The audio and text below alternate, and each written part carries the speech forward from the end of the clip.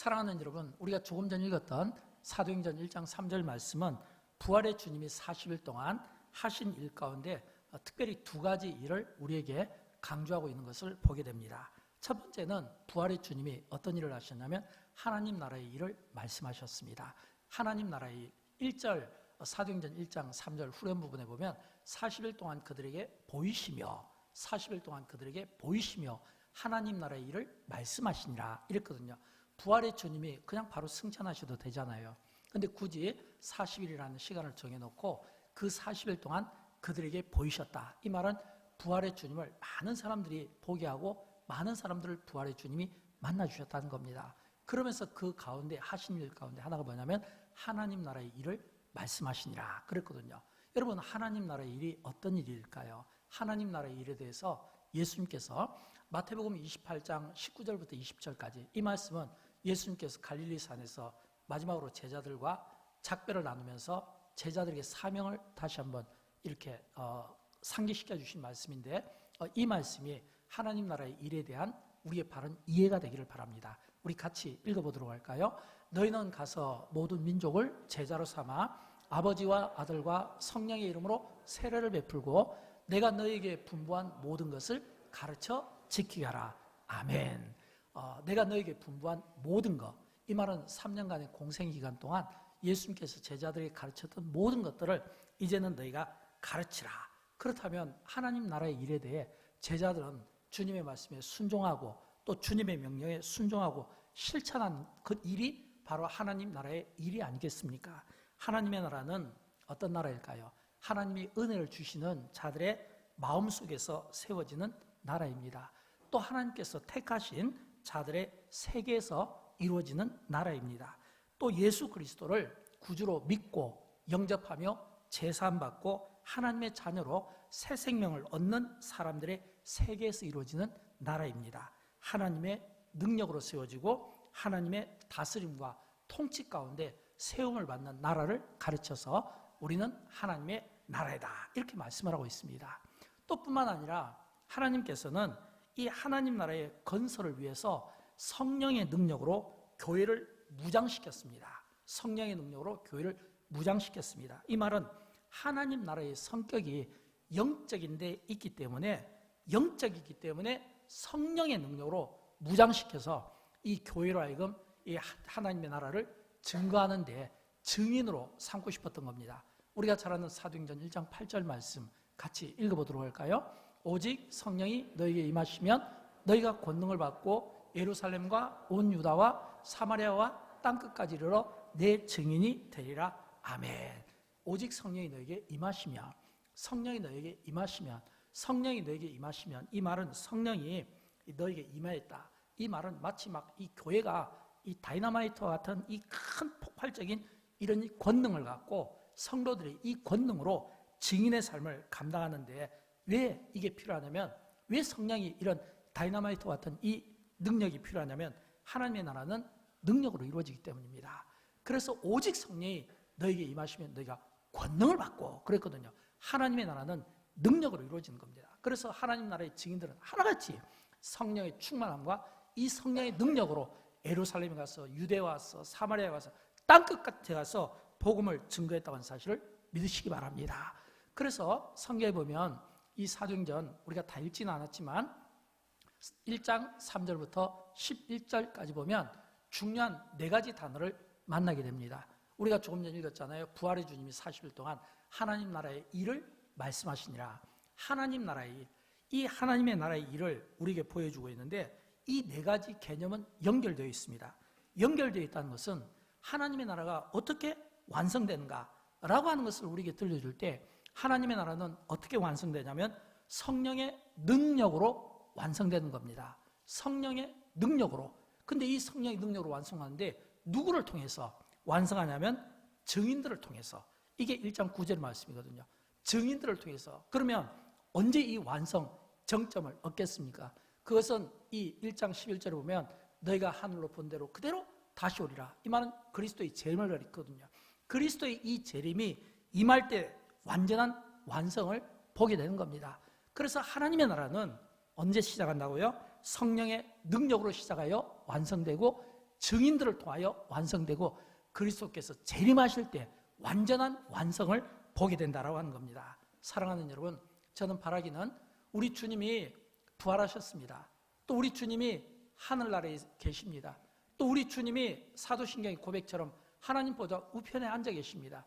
그리고 우리 주님은 부활을 위하여 십자가상에서 준비하셨던 것처럼 재림을 위하여 지금도 하나님 보좌 우편에서 준비하고 있는 것을 믿으시고 그리스도께서 재림하실 때, 그리스도께서 재림하시기까지 부활의 주님이 40일 동안 많은 사람들에게 하나님의 나라를 말씀하신 것처럼 그리스도께서 재림하실 때까지 이 귀한 증인의 사명을 저와 여러분이 맡았으므로, 위임받았으므로 주님 오시는 그날까지 예수님은 부활하셨습니다. 이 부활의 확신을 가지고 복음의 증인으로 저와 여러분이 살아들여 주기를 주님의 이름으로 축원드립니다. 이 은혜가 우리에게 있어야 되는 거예요. 그 다음에 두 번째, 부활의 주님이 40일 동안 어떤 일을 하셨냐면 변함없는 사랑과 긍휼을 보여주셨습니다. 변함없는 사랑과 긍휼을 보여주신 거예요. 1장 3절에 있는 말씀 우리 다시 읽어보도록 할까요? 그가 고난받으신 후에 또한 그들에게 확실한 많은 증거로 친히 살아계심을 나타내사 40일 동안 그들에게 보이시며. 사랑하는 여러분, 지금 예수님께서 부활하셨습니다. 근데 부활하셨는데 부활하신 몸을 가지고 40일 동안 그들에게 보이셨거든요. 근데 보이셨는데 어떻게 보이냐면 확실한 많은 증거로 친히 살아계심을 나타내사 그랬거든요. 그들에게 보이셨다.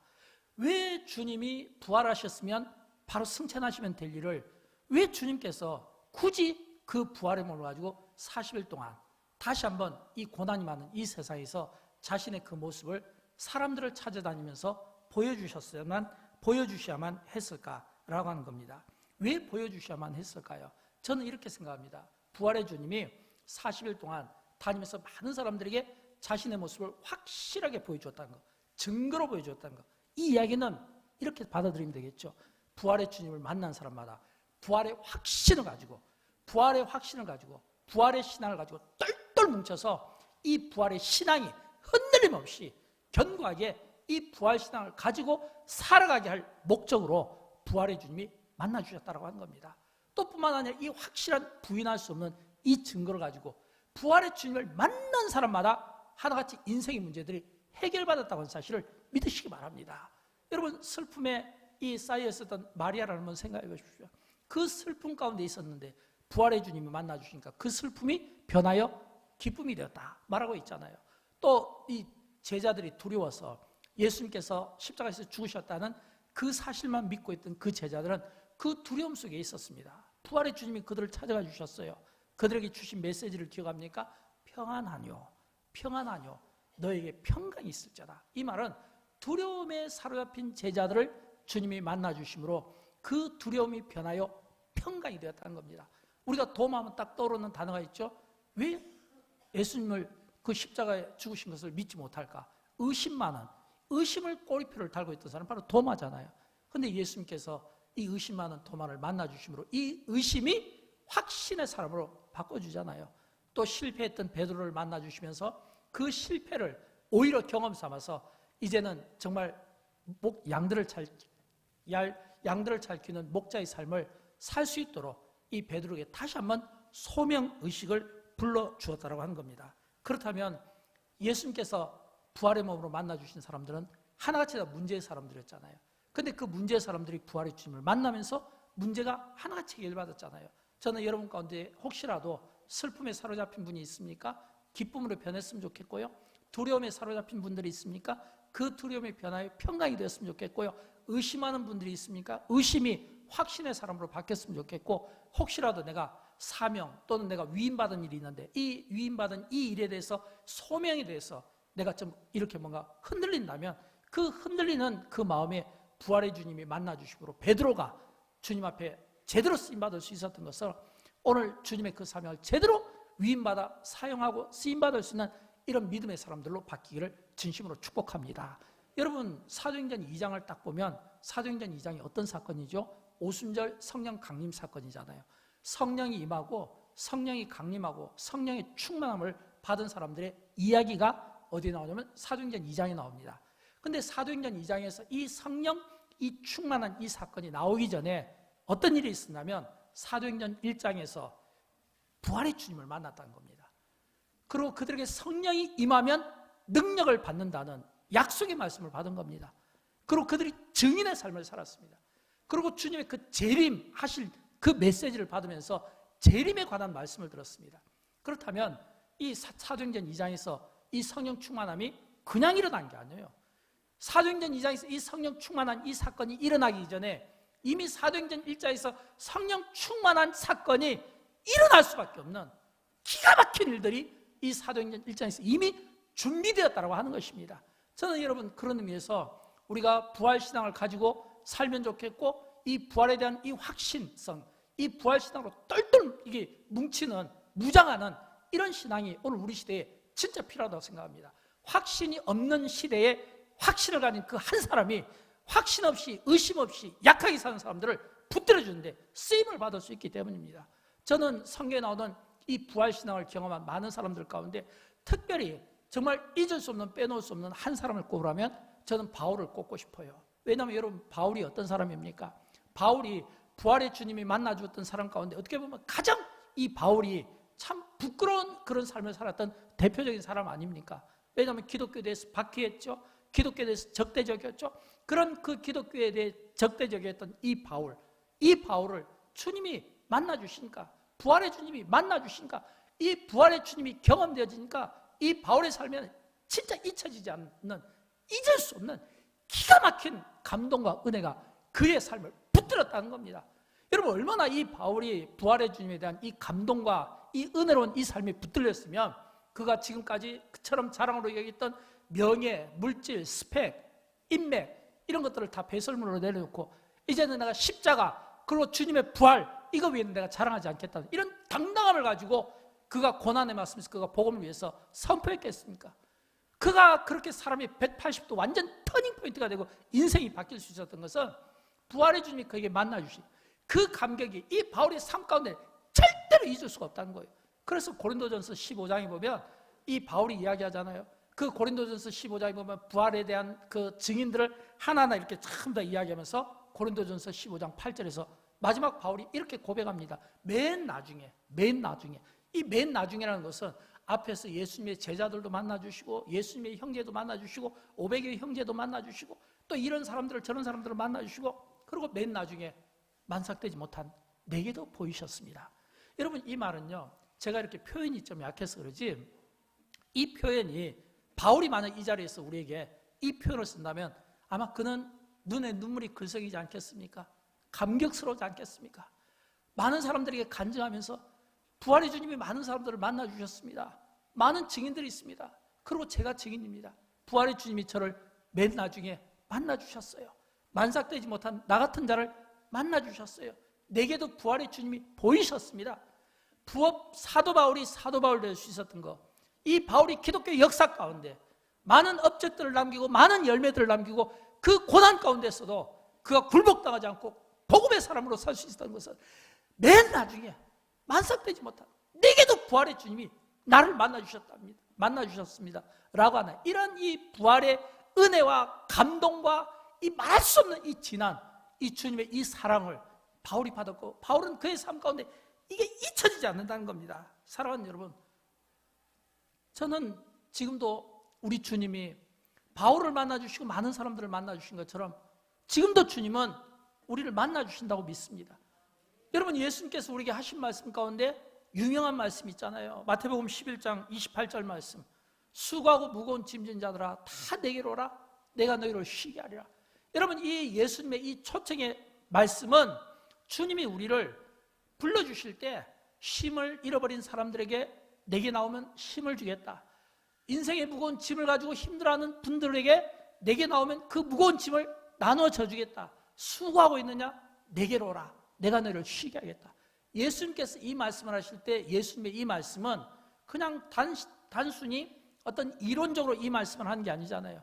3년의 그 공생애를 통해서 또 그가 공생애를 살기 전 그 30년의 그 삶을 통해 어려운 가정 경제를 이끄는 어린 소년 목수의 예수님부터 시작해서 아버지 없이 그 가족을 부양하게 했던 소년 가장 예수님의 그 삶과 3년의 그 공생애를 통해서 그가 겪었던, 십자가에서 겪었던 예수님의 그 고통은 우리가 인생을 살아가면서 아무리 어렵고 힘들고 많은 고통이 있다 할지라도 그 고통과 비교가 되겠습니까? 그 고통과 비교가 되느냐는 거예요. 나를 위해서는 내가 고통받을 수 있지만 타인을 위해서 내가 고통받고 타인을 위해서 죽어주는 정도까지, 그 십자가를 지는 데까지 그까지 그 고통을 경험하신 주님이 오늘 우리를 초청하는 거예요. 내게로 나오라. 수고하고 무거운 짐진 자들아, 내게로 나오라. 내가 너희를 쉬게 하리라. 여러분, 이 말씀은 주님이 이미 경험하셨기 때문에 그 경험으로 우리에게 이야기하는 거예요. 얼마나 힘드니, 얼마나 피곤하니, 얼마나 고단하니, 인생의 고단함도 아시고 인생의 피곤함도 아시고 지나간 아픔도 아시고 우리에게 초청하신다는 겁니다. 사랑하는 여러분, 여러분 가운데 혹시라도 인생이 힘들고 어렵고 버겁다고 느껴지십니까? 인생이 힘들 때 믿음의 눈을 열어서 부활의 주님을 보시기를 진심으로 축복합니다. 부활의 주님을 보십시오. 부활의 주님은 오늘 나의 마음을 아십니다. 나와 함께하고 싶어합니다. 두려움에 떨어가는 제자들에게 찾아와 주셔서 평안하냐, 평강을 약속하신 것처럼 부활의 주님은 오늘 우리의 인생이 힘겨울 때 우리를 찾아와 주셔서 우리의 귀에 속삭이며 평강의 이 축복을 오늘 우리에게 들려주고 싶어 하신다고 하는 겁니다. 그러나 그럼에도 불구하고 우리 주변을 둘러보면 여전히 이런 어떤 사각지대에서 여전히 인생의 그 어려움 속에서 말도 못하고 아무 말도 하지 못하고 아무 말도 할 수 없는 가운데 속으로 가슴 앓으며 가슴 앓으며 고통받는 분들이 우리 가운데 있을 수 있다는 겁니다. 여러분, 그런 분들을 우리가 믿음의 눈을 가지고 부활의 주님을 보는 것처럼, 부활의 주님이 나를 만나 주셔서 나의 삶을 회복시켜 주신 것처럼 우리 주변을 한번 돌아보십시오. 돌아보시면 아직도 우리 주변에 어렵고 힘든 분들이 있다면 저는 영광교회가 그분들을 품는데 쓰임받았으면 좋겠고, 교회 공동체가 그분들에게 울타리가 되어줬으면 좋겠고, 구역에서도 울타리가 되어주고 기관에서도 울타리가 되어주고, 영광교회가 체육대회를 하고 영광교회가 야유회를 하고 영광교회가 어떤 일들을 할 때마다 항상 소외된 분들이 없이, 눈물 나거나 가슴 아파하는 분들 없이 항상 우리가 울타리가 되어주고 함께 출구하고 함께 울어줄 수 있는 이런 건강한 공동체로 세움받기 위해서는 무엇보다 건강한 우리가, 은혜 받은 우리가, 부활의 경험을 체험한 우리가, 부활의 주님을 만난 우리가 먼저 그 은혜를 받았으므로 그 은혜를 함께, 은혜를 필요로 하는 사람들에게 함께 마음을 모아서 함께 나눠주고 함께 베푸는 이 거룩한, 이 아름다운, 이 건강한 교회 공동체를 함께 세워나갈 수 있기를 주님의 이름으로 축원드립니다. 사랑하는 여러분, 저는 특별히 부활의 주님이 40일 동안 두 가지를 하셨다고 했잖아요. 하나님의 나라의 일을, 그리고 또 하나는 변하지 않는 사랑을 이야기했다고 했잖아요. 그런 것처럼 주님이 하신 일 가운데 특별히 이 두 번째 사랑과 긍휼의 관점에서, 사랑과 긍휼의 관점에서 부활의 주님이 그 하신 일 가운데 어떻게 우리가 사람들을 사랑하고 섬겨야 될 것인가, 또 교회가 어떻게 이 사명을 감당해야 될 것인가 라고 하는 것에 대해서 질문하면서 저는 열왕기하 4장에서 그 힌트를 우리가 받았으면 좋겠습니다. 열왕기하 4장에서는 선지자 엘리사가 등장합니다. 그리고 엘리사의 사역에 도움을 주었던 수넴 여인이 등장합니다. 그런데 이 수넴 여인에게는 외아들이 있었어요. 그런데 이 아들이 이렇게 하루는 머리가 아프다고 아이고 머리야 아이고 머리야 하면서 그 아픈 머리를 가지고 지금 그 아버지가 일하는 일터로 가는 겁니다. 일터로 가서 아버지에게 아프다고 이야기해요. 보통 아이들이 아버지에게 아프다고 찾으면 어떻게 합니까? 그 다음 순서가 있죠. 엄마한테 가라, 아니면 엄마한테 데려다 주잖아요. 그러니까 이 아이가 머리가 아프다고 아이고 머리야 아이고 머리야 그러니까 이 아이를 데리고 이제 엄마한테 데려다 주는 거예요. 그래서 엄마가 이 아이를 품고 있습니다. 이 아이를 안으면서 이 아이가 자꾸 막 이 두통을 호소하고 머리가 아프다고 하는데, 그러다가 해가 지기 전에 이 아이가 이 숨을 끊고 죽게 되는 거예요. 여러분, 자식이, 물론 우리는 그런 경험이 없지만 만약 자식이 내 품에서 그것도 아파서 두통을 호소하면서 아프다고 이야기하는데, 그러면서도 그 자녀를 위해서, 그 치유를 위해서 아무것도 할 수 없고, 그래서 그냥 아무것도 할 수 없이 그냥 안고만 있다가 그 아이가 죽었다고 생각해 보십시오. 여러분, 부모의 마음이 어떻겠습니까? 막 가슴이 찢어지지 않겠습니까?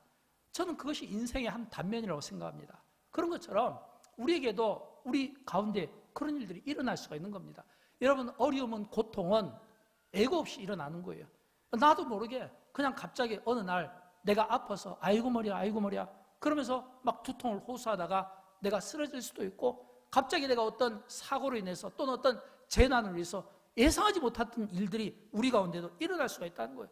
중요한 것은 이런 일들이 이런 사건들이 우리가 인생을 살아가는 동안 이 세상에서 끊임없이 일어난다는 거예요. 오죽했으면 예수님께서 너희가 세상에서 환난을 당하나 이렇게 이야기했겠습니까? 바꿔 이야기하면 이 세상은 우리에게 이런 환난들이 있고 이 환난들을 제공하고 있다는 겁니다. 그러나 우리가 알아야 될 것은 이 죽은 이 스냅 여인의 이 아들을 성경은 우리가 어떻게 말씀해 주고 있냐면 엘리사가 살렸다고 이야기하는 겁니다. 정확히 표현하면 하나님께서 엘리사를 보내어서 엘리사를 통해서 살렸다고 이야기하는 거예요. 근데 이 열왕기하 4장에 보면 이 수넴 여인의 아들이 이 죽었다가 살아날 때 이 두 사람이 등장해요. 엘리사가 등장하는데 그 시종 게하시가 또 등장합니다. 결론을 말씀드리면 엘리사는 죽은 아들을 살리는 사람이었고 게하시는 죽은 아들을 살리지 못하는 사람이었다는 겁니다. 저는 그런 의미에서 부활신앙을 가진 우리가 이 부활신앙을 가지고 우리가 증인의 삶을 살고 또 변함없는 주님이 그 사랑과 그 긍휼을 제자들에게 보여준 것처럼 우리가 증인의 삶으로 또 우리가 변함없는 이 사랑의 이 긍휼의 삶으로 우리가 살아들이기 위해서는 우리의 삶을 살아들이기 위해서는 저는 이 엘리사와 이 게하시 이 두 사람의 그 인생의 대조된 이 모습을 우리가 함께 보면서 오늘 나는 어디에 속해 있는가, 또 주님이 성경을 통해서 우리에게 요구하시는 삶의 모습과 자세는 어떠한가를 한번 스스로 결정했으면 좋겠어요. 첫째는 이 게하시는 굉장히 차가운 사람이었습니다. 냉정한 사람이었어요. 반면에 엘리사는 굉장히 따뜻한 사람이었습니다. 여러분 한번 생각해 보십시오. 지금 이 여인이 자기 아들이 지금 죽은 거예요. 자기 품에서 죽었잖아요. 자기 품에서 죽은 이 아들을 놓고 이 엄마가 무슨 생각을 했겠습니까? 그 아들을 살리기 위해서 여러 방법들을 사용해 보지 않겠습니까? 내 자녀가 응급 상황일 때 어떤 생각을 할 수 있겠어요? 그런데 성경에 보면 이 수넴 여인이 원래 엘리사를 섬겼고 또 믿음이 있었던 것 같아요. 그러니까 그 믿음이 딱 그 죽은 아들이 죽었을 때 그 상황에서 제일 먼저 생각이 뭐냐면 엘리사였어요. 그래서 이 수넴 여인이 남편에게 갑니다. 나귀 한 마리와 하인 하나를 달라고 합니다. 내가 지금 엘리사에게 지금 달려가서 지금 내 아들의 이 상황을 내가 설명해야 된다고 합니다. 남편이 이야기하는 거예요. 이미 아이가 죽었는데 왜 그 먼 데까지 가려고 하냐는 거예요. 그러나 이 아내의 이 요구를 뿌리칠 수 없어서 남편이 허락하고 나귀를 내어주고 그리고 하인 하나를 붙여주는데 여인이 이야기합니다. 내가 엘리사에게 갈 때까지 달려라. 이 나귀를 쉬지 말게 해라. 내 길을 멈추지 말라. 내가 말하기 전까지는 멈추지 말라. 여러분 이 이야기는 뭐예요? 내가 지금 이 죽은 아들 앞에서 이 아들의 이 생사를 놓고 내가 마지막에 내가 선지자 엘리사에게 내가 달려간 데 있어 멈추지 않겠다는 겁니다. 계속 달리게 하는 겁니다. 이 말은 이 산 꼭대기까지 올라갔거든요. 오늘 본문에 보면 4장 27절에 이렇게 나와 있는데 열왕기하 4장 27절에 보면 산에 이르러 이랬거든요. 하나님의 사람에게 나가서 산에 이르러. 이 말은 그 먼 길을 가면서 그 길이 내리막길이나 평범한 길이 아니라 산길이었다는 겁니다. 여러분 이 산길은 우리가 아시지만 힘든 길이잖아요. 그 힘든 길을 올라갔으면 얼마나 자식이 죽은 상태에서 기진맥진했고 아무 생각이 없었겠죠. 그런 그 생각에서 울부짖으며 그 몸의 이 형색을 보면 그게 아름다워 보이겠습니까? 막 상황에서 올라가서 엘리사를 보다마다 그 발을 갖다 안아버렸다는 거예요. 이건 뭐냐면 너무 사람이 절박하면 지푸라기라도 잡고 싶은 그 심정으로 선지자의 발을 안았을 때 게하시가 한 일이 뭐냐면 가까이 못 오게 물리친 거예요. 가까이 못 오게. 이 말은 지금 우리 선지자님, 지금 우리 엘리사 지금 스승님 이런 식으로 오면 안 된다고 말렸다는 겁니다. 여러분 이게 게하시의 모습입니다. 여러분 오늘 우리에게는 이런 게하시와 같은 이런 마음이 없을까요? 오늘 우리에게는 이처럼 망연자실하고 자식을 잃은 이 슬픔 속에서 고통받는 여인이 교회 문턱을 찾아왔을 때 또는 주의 종을 찾아왔을 때 오면 안 돼요. 가서 몸단장하고 오세요. 예약하고 오세요. 라고만 이렇게 이야기한다면 그게 게하시와 다를 바가 뭐가 있겠냐는 거예요. 근데 여기에서 이 엘리사가 보여준 이 태도는 진짜 따뜻한 마음이에요. 어떤 태도냐면 열왕기하 4장 27절 세 번역에 보면 이렇게 나와 있습니다. 우리 같이 한번 읽어보도록 할까요? 게하시가 그 여인을 떼어놓으려고 다가갔으나 하나님의 사람이 말리면서 말하였다. 그대로 두어라. 부인의 마음속에 무엇인가 쓰라린 괴로움이 있는 것 같구나. 아멘. 여러분 게하시와 다르게 이 엘리사는 어떤 마음이냐면 가만히 놔둬라. 가만히 놔둬라.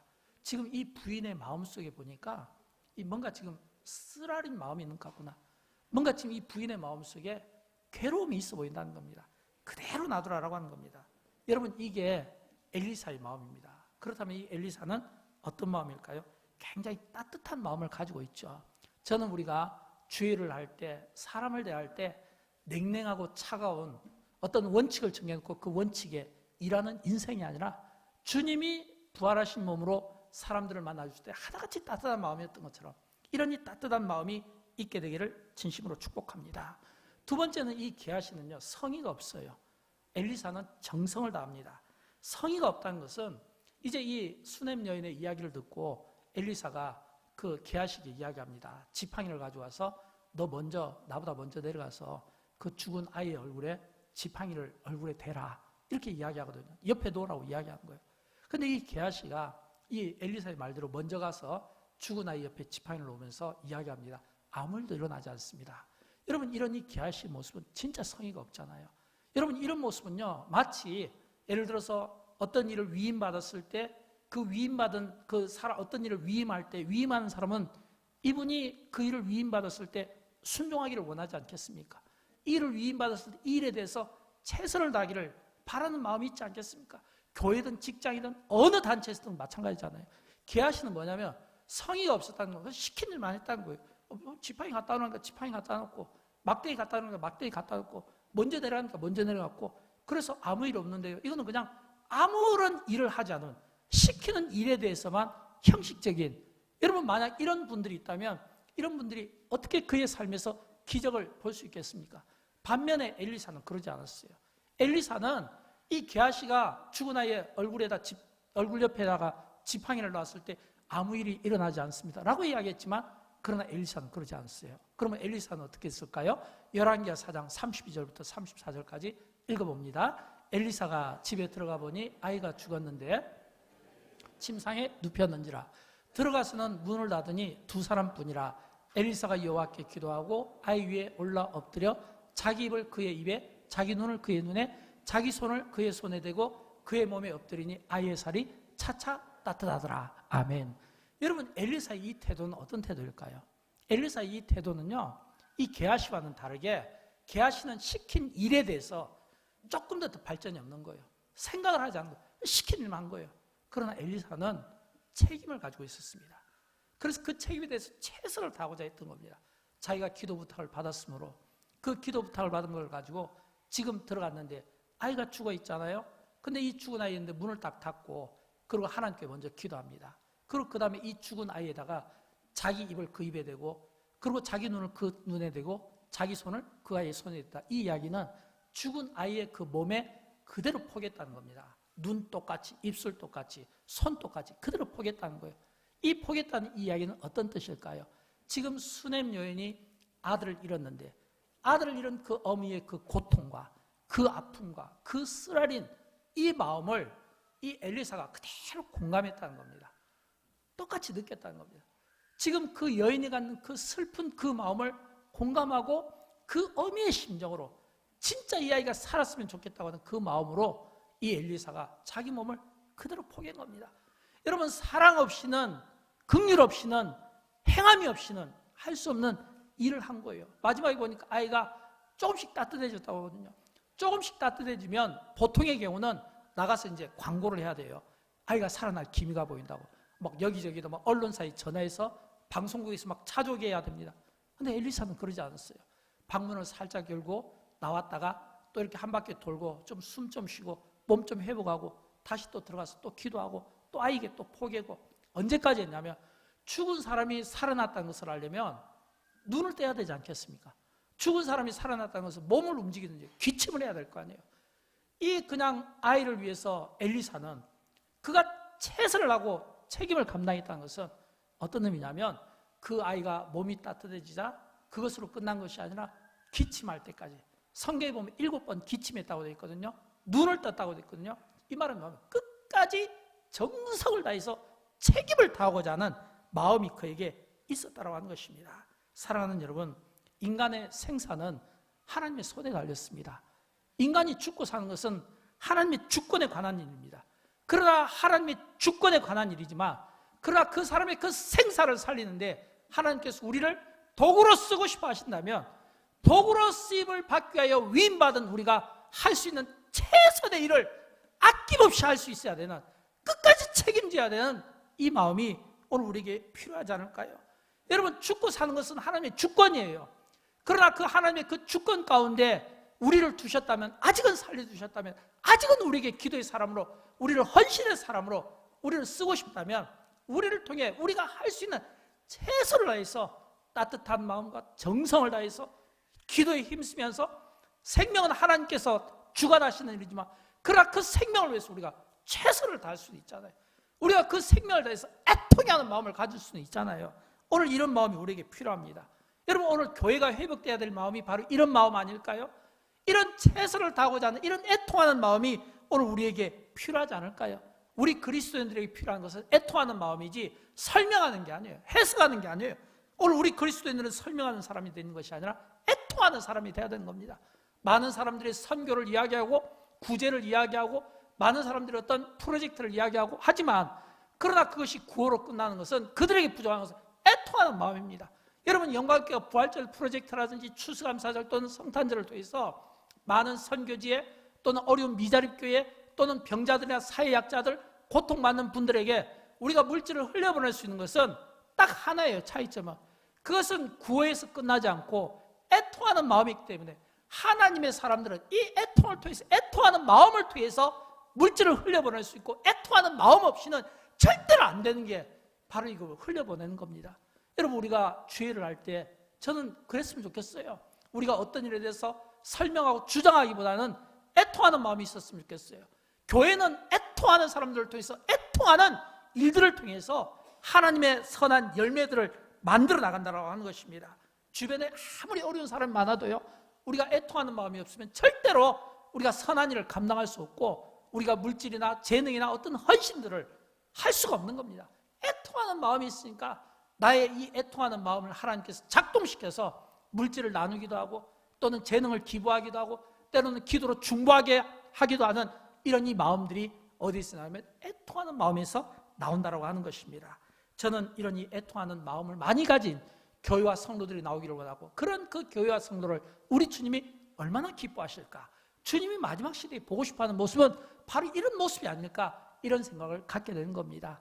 바라기는 오늘 이 엘리사처럼 진짜 우리가 무슨 일이든지 최선을 다하고 정직하게 우리가 정성을 다하는 마음들이 부활되기를 진심으로 축복합니다.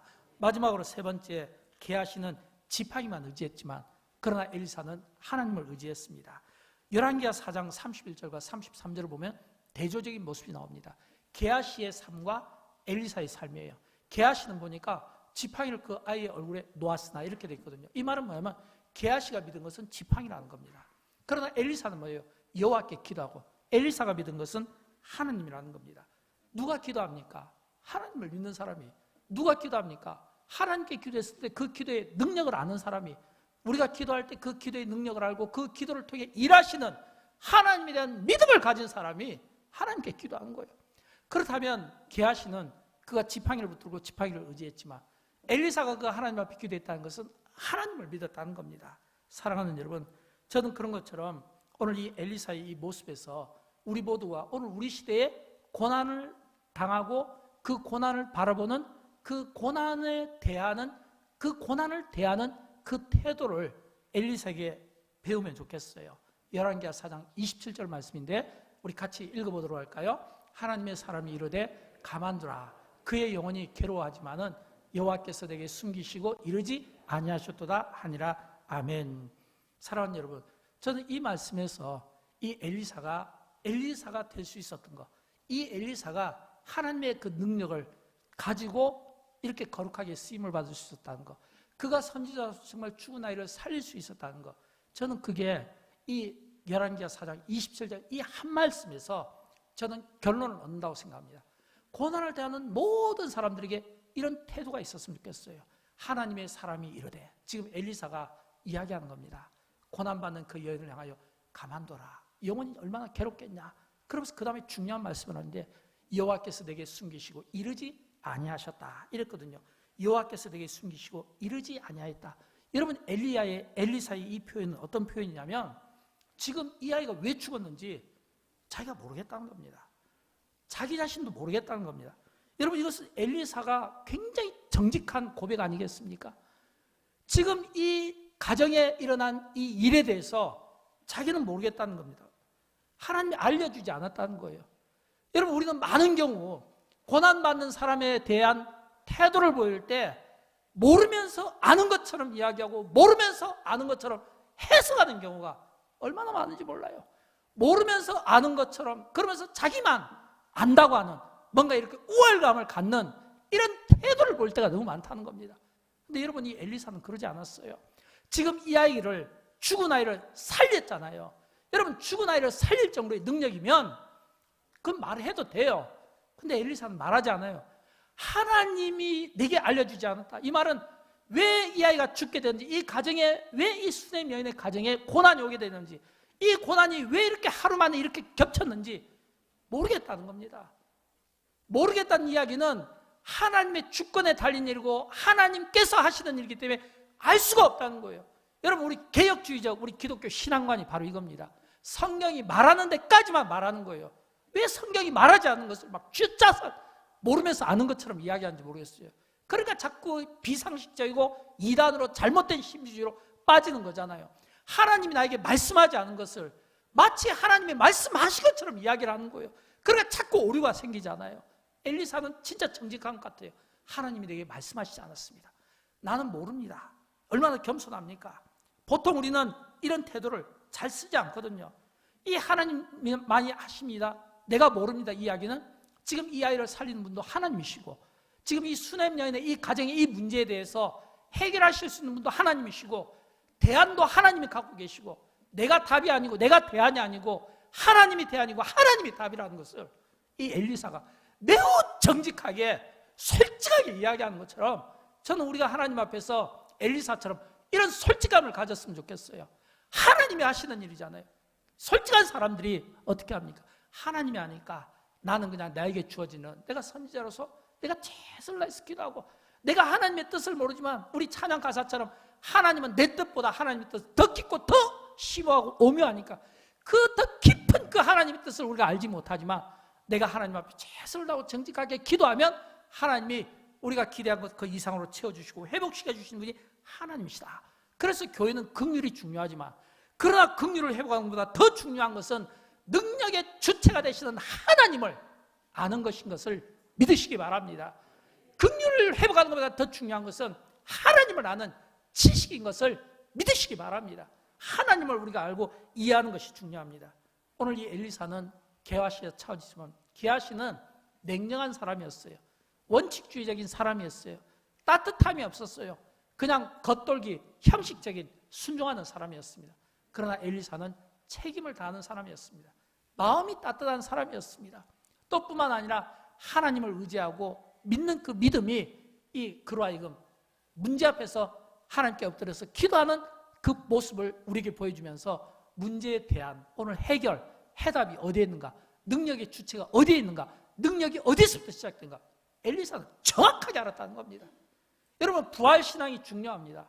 왜 부활신앙이 중요할까요? 똑같이 우리가 기독교 신앙을 가지도 내가 부활신앙을 갖고 있는 것과 부활신앙을 내가 완전히 무장하고 내가 부활에 대한 확신을 가진 것과 그냥 밋밋하게 있나 없나? 있겠지? 라고 믿는 것과 어떻게 같을 수가 있어요? 오늘 우리 시대는 확신 있는 한 사람이 확신 없는 다수를 갖다 상대할 수 있는 이런 시대가 되어버린 거예요. 저는 우리가 이 기독교의 우리 신앙을 가진 우리가 예수님의 이 부활을 통해서, 예수님의 부활은 나의 부활이고 주님이 부활하신 것처럼 오늘 내가 부활할 것을 믿고 이 부활신앙에 대한 이 확고함을 가지고 슬픈 여인이 부활신앙을 통해 기쁨으로 바뀌었으면 좋겠고, 두려움을 가진 사람이 부활신앙을 통하여 평안함을 얻었으면 좋겠고, 의심 많은 사람이 부활신앙을 통해 확신 있고 그리고 소망의 사람으로 바뀌었으면 좋겠고요. 바울이 맨 나중에 주님이 나도 만나주셨습니다 라고 하는 것처럼 이런 이 마음이, 이 순수함이 우리에게 있었으면 좋겠고요. 엘리사처럼 하나님의 주권에 맡기고 기도하는 성숙함이 있었으면 좋겠어요. 영광교회가 부활신앙을 통해서 이 부활의 이 확실함을 이 부활이 약한 사람들에게 증거하고 이 부활신앙을 통해서 다시 한번 죽어가는 심령들을 살리는데 거룩하게 회복하는 역사가 기도하는 우리를 통해 있게 되기를 주님의 이름으로 축원드립니다. 우리 함께 일어나셔서 함께 찬양할까요? 하나님의 부르심에는 후회가 없습니다.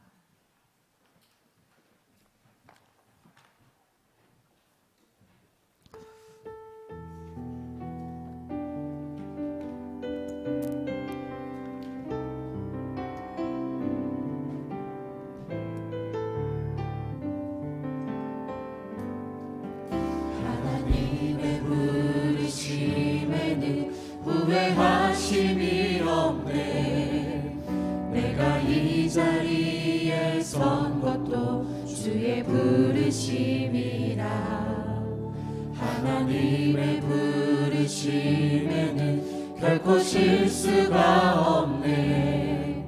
나를 부르신 하나님의 진실하심을 믿네. 작은 나를 부르신 뜻을 나는 알 수 없지만 오직 감사와 순종으로 주의 길을 가리라. 때론 내가 연약해져도 주님 말 도우시니 주의 놀라운